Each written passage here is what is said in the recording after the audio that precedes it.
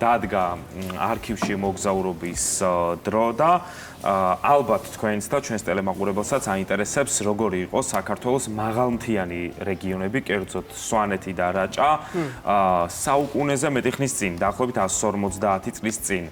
ამჯერად მე მინდა წარმოგიდგინოთ იტალიელი მთამსვლელის და ფოტოგრაფის ვიტორიო სელას ფოტოები, რომელმაც ჯერ კიდევ მე-19 საუკუნეში გააცნო მსოფლიოს ჩვენი ქვეყანა და ის უნიკალური ღირსშესანიშნაობები, რითაც გამოვირჩევით.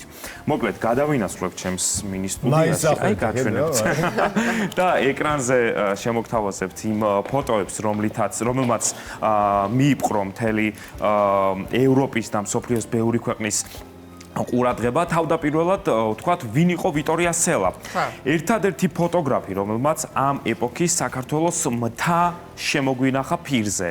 მწვერვალები, მყინვარები, ხეობები, სოფლები, ჩვენ ერთად ვნახავთ ფოტოკადრებს, რომელიც, როგორც უკვე აღვნიშნეთ, სვანეთსა და რაჭაში არის გადაღებული. ავთო, ბოდიში, ეხლა ეს სვანეთის ფოტოებია. დიახ. ხო, რომელი საუკუნის არის ეხლა ეს? ანუ ეს არის მე-19 საუკუნის 1890 წელს გადაღებული. ანუ ახლა ამას რასაც უყურებთ, ეს არის სვანეთის პირველი ფოტო. ამაზე ძველი სვანეთი და რაჭა იყო ხო ექსპედიცია? სვანეთი და რაჭა. აქვს მას მცხეთის ფოტოებიც, ასევე თბილისში გადაღებული სურათები, მაგრამ განსაკუთრებულ ადგილს მის ალბომში იკავებს სწორედ რაჭისა და სვანეთის ფოტოები და ერთი დეტალი, ვინც სვანეთში ხართ ნამყოფი, ალბათ შეამჩნევდით, რომ აი დღესაც სვანეთის სოფლები ფაქტობრივად უცვლელია, აი ზუსტად ასეთია, არ იცვლება არაფერი, ისევ ხედავთ საუკუნოვან კოშკებს, უცვლელ მთებს, დამახინჯებული არქიტექტურის გარეშე.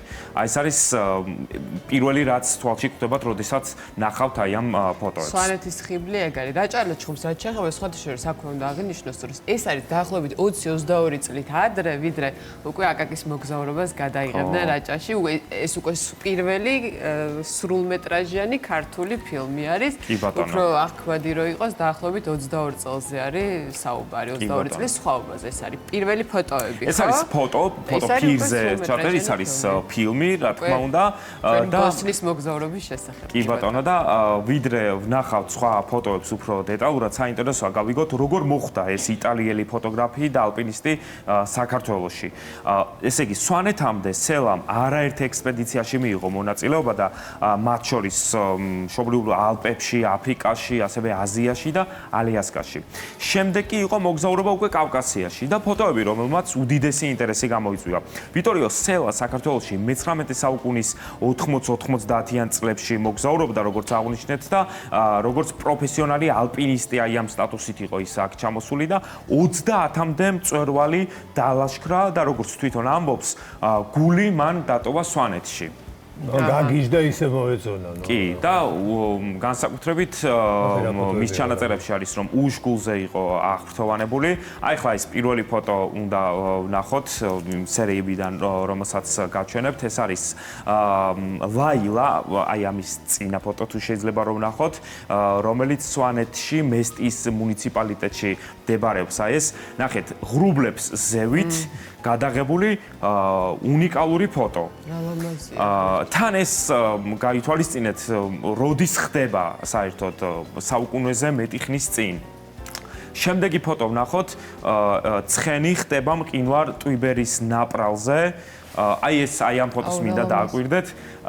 წარმოგიდგენიათ ალბათ, ახლა თუ ერთი ფოტოს გადაღება სულ რამდენიმე წამი სჭირდება, მაშინ ეს ასეთი მარტივი არ იყო, რამდენიმე წუთიც კი შეიძლება დასჭიროებოდა ფოტოს გადაღებას და აი ამ კადრის დაჭერა, როდესაც ცხენი ხდება და აი ამას წამის მიასედები სჭირდება, ზუსტად აი ეს მომენტი რო დაიჭირო, ალბათ წარმოგიდგენიათ, რამხელა ნიჭიერებასთან გვაქვს საქმე ამ შემთხვევაში. ტექნიკურად წარმოუდგენელი. კი, პერიოდის იმ აპარატურით, მოკლედ, ბრავო ვიტორიოს. კი, თან როგორ მიუვალ ადგილებში.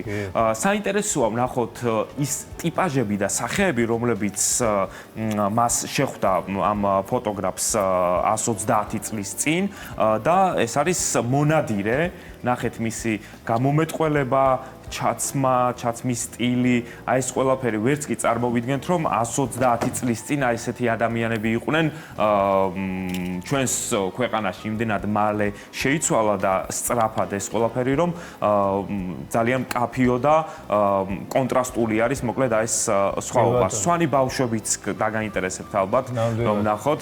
აი ეს არის პეიზაჟებს არიღებდა, თვითონ ადამიანებსაც აღწერდა. კი, და წარმოგიდგენიათ ალბათ, ხო, ფოტოგრაფიაში არსებობენ ფოტოგრაფები, რომლებიც იღებენ პეიზაჟებს, არსებობენ ფოტოგრაფები, რომლებიც იღებენ კონკრეტულად პორტრეტებს და ეს იმდენად უნიკალური ფოტოგრაფი იყო თან ალპინისტი, რომ ორივეს უნიკალურად იღებდა, იმიტომ რომ აი ამ პორტრეტებშიც ჩანს იმდროინდელი ადგილობრივების სახე, ამ შემთხვევაში ბავშვების.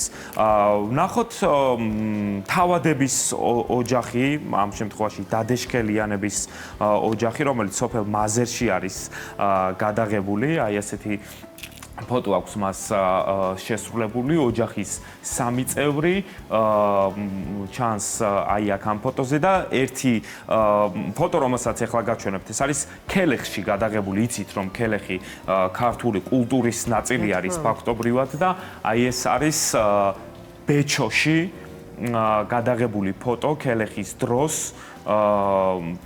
დაკრძალვის შემდეგ, როდესაც ესე იგი მისასამძიმრებლად და ამ გასაზიარებლად ამ ტრაგედიის ადამიანები ჩადიოდნენ სოფელში, იქ რა თქმა უნდა უშლიდნენ სუფრას, აი აქედან მოდის საერთოდ ქელეხის ტრადიციაც და ეს არის ამ პროცესის ამსახველი ფოტო. როგორი სახასიათო გარეგნობა აქვს? ყველა თითოეული მათგანი არის რაც მხატვრული ფილმის პერსონაჟი. თითქოს უამრავ ადამიანმა რომ იმუშავა ერთი პერსონაჟის შექმნაზე, არა? კი, ჩაცმის სტილითაც, მომეცველებით ეს წერულვაში ყველაფერი და სხვა შორის ძალიან გვანან ერთმანეთს, ალბათ ესეც შეგვიძლია რომ ნახოთ და კიდევ ერთი ფოტო დღეობა რაჭაში, ესეთი სათაურით, ეს ფოტო ახლა რასაც ხედავთ, ეს არის ასევე ქელეხიდან ამ შემთხვევაში ბავშვები არიან აქ და მათთვის არის გაშლილი სუფრა. შემდეგი ფოტო ვნახოთ, ეს არის მეცხრე ფოტო დღეობა რაჭაში, სადაც უამრავი ადამიანი არის ერთ-ერთ ტაძართან შეკრებილი და გადაიღეს ფოტო, ალბათ აი ამ ადამიანებმა საერთოდ პირველად ნახეს ფოტოაპარატი და გაკვირვებულები იყურებიან ობიექტივისკენ, ვერც ხვდებიან რა ხდება, თუმცა საინტერესო ტანსაცმელი აცვეთ. აი გულისხმობა აი ამ ნაწილში, ხო? ეს ვინაიდან მაღალმთიან რეგიონში არის გადაღებული და ეს სავარაუდოდ არის ზამთრის პერიოდი,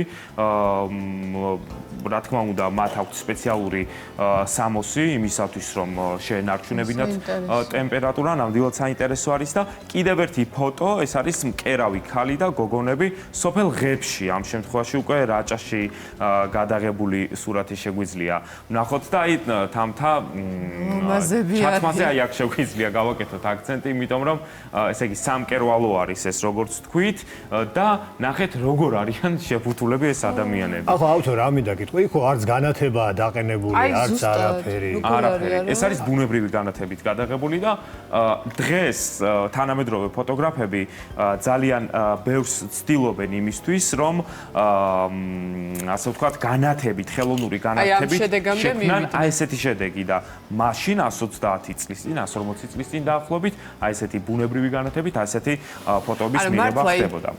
ფანტაზიის სრული რესურსი რომ გამოიყენო, ვერც ამ კოსტიუმებს მოიფიქრებ, ვერც ამ პერსონაჟებს შექმნი. თან ასე ბუნებრივად რაღაცა, აი ორგანული. კი ბატონო. თვალებს დააკვირდი ადამიანების როგორი ეყურებენ რაღაცა. ხო, თვითონ აი მართლა ზღაპრის პერსონაჟებს გვანან და გმირებს. ხო, ვერც მოიფიქრებ ასეც რა და იმდენ ისეთი საინტერესოები, ლამაზები, განსხვავებულები არიან, რომ კი ბატონო, ეს არის სულ მცირე ნაწილი თამთა ჩვენ რაც ვაჩვენეთ მაყურებელს, იმიტომ რომ ძალიან ბევრი ფოტო აქვს გადაღებული სელას საქართველოში, სელას ნამუშევრებს იტალიაში მთარგმნელმა და რეჟისორმა რეზო თაბუკაშვილმა მიაღწია სხვათა შორის და ამ ფოტოების გადაღებიდან 1 საუკუნის შემდეგ 1980 წელს სულ შემთხვევით და რა თქმა უნდა მიხვდა თაბუკაშვილი თუ რამდენად მნიშვნელოვანი მასალა იყო ეს და მათი ნაწილი საქართველოს ეროვნულ არქივს სულ მალე დაახლოებით 3 წელიწადში გადასცა 2018 წელს კი კოლექცია შეივსო რეზო თაბუკაშვილის შვილის ლაშა თაბუკაშვილი საქართველოს მიერ არქივისტვის გადაცემული ამავე შინაარსის ფოტოებით და დღეს საქართველოს ეროვნულ არქივში ინახება ეს უნიკალური ფოტო მასალა. ულამაზესი